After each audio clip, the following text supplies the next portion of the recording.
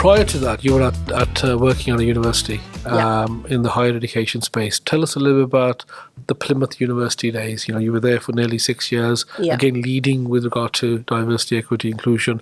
But I would suspect the challenges possibly were a little bit different within that space and some of the work that you were doing.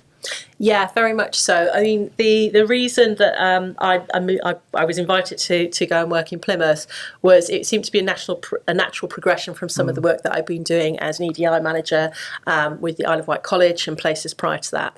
And again, really working within higher education, one of the big challenges there that I was very, very aware of was, again, there are still some great challenges in terms of ensuring that diverse talent is getting recognised.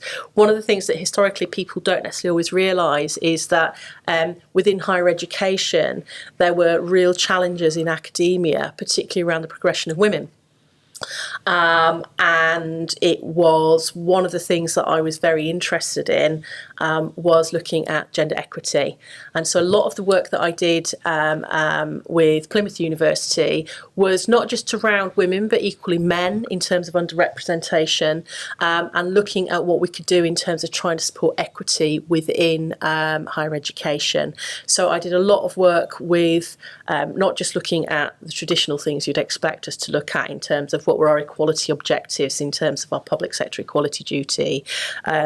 It was looking at things like we wanted to become a member of Stonewall, for example, and it was looking at, so what did that mean? So how we were going to do this? So what did it mean to really have a voice in terms of change?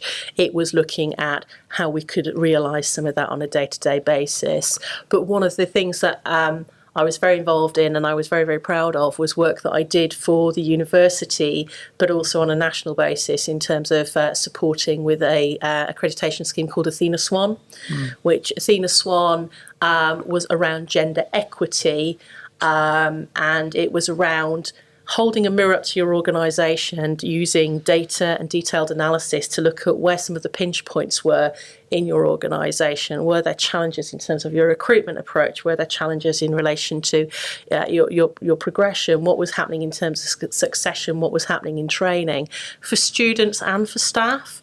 In terms of looking to encourage people to get involved perhaps in areas of academia that they may not have considered previously. And that was something that was really, really sort of talking to the sector, but talking to the university and saying, so what are we going to do? Our data show that there are challenges here. So what are we going to do? How are we going to move it forward while still recognising, the unique aspects that were a university in terms of what they were looking to do.